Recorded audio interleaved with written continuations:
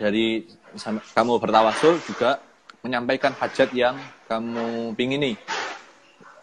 Maka dari situ beliau menyampaikan kalau semisal berziarah jangan lupa untuk membaca itu ya sahibah hadhil makbarah inna natawassalu bika ilallahi ta'ala fi qada'i hajati.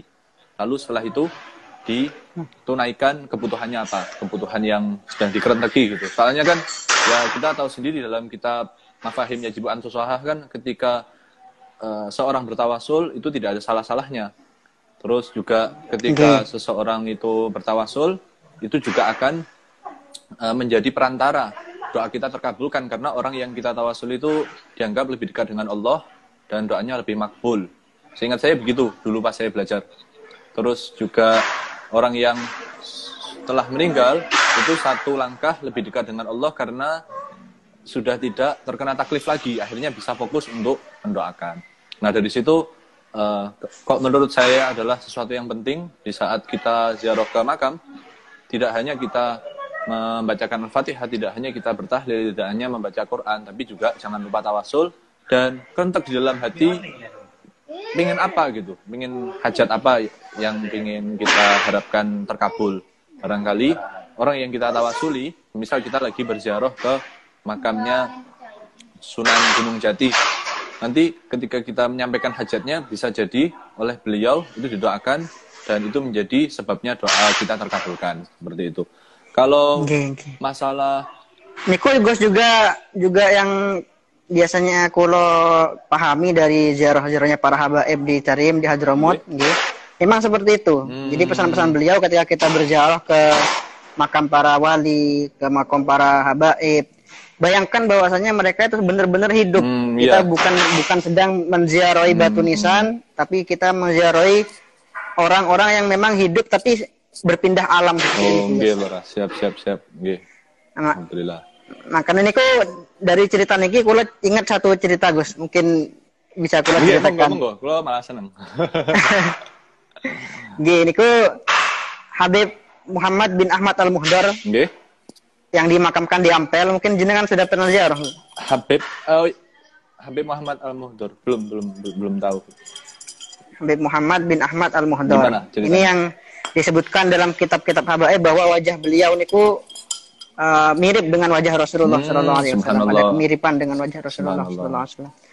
Jadi beliau ketika masih kecil, dibawa ketika masih bayi, dibawa oleh ayah beliau Habib Ahmad Al-Muhdar.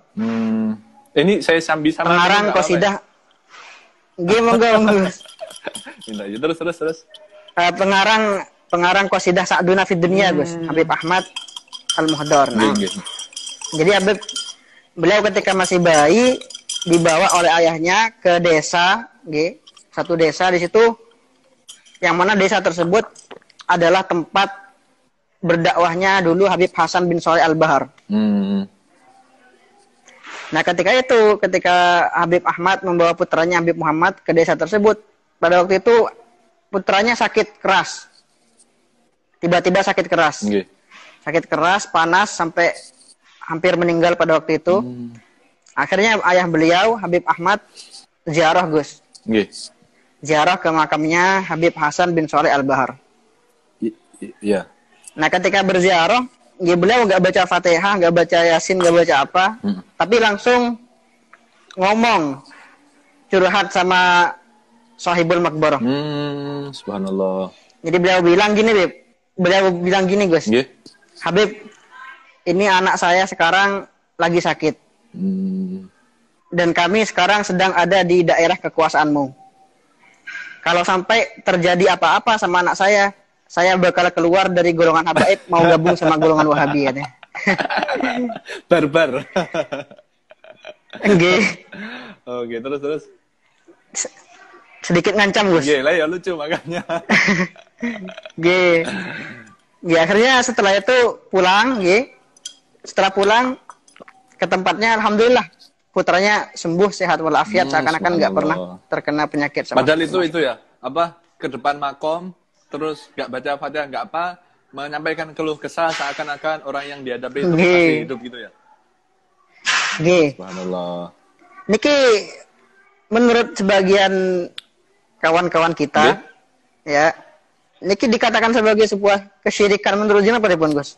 Ya, kalau menurut saya setuju dengan ucapannya beliau Sayyid Muhammad Al-Maliki yang mengatakan orang-orang seperti itu kurang pengetahuan begitu. Soalnya mereka memiliki pendapat demikian itu ya karena mereka syukur muni gitu. Maksudnya apa ya?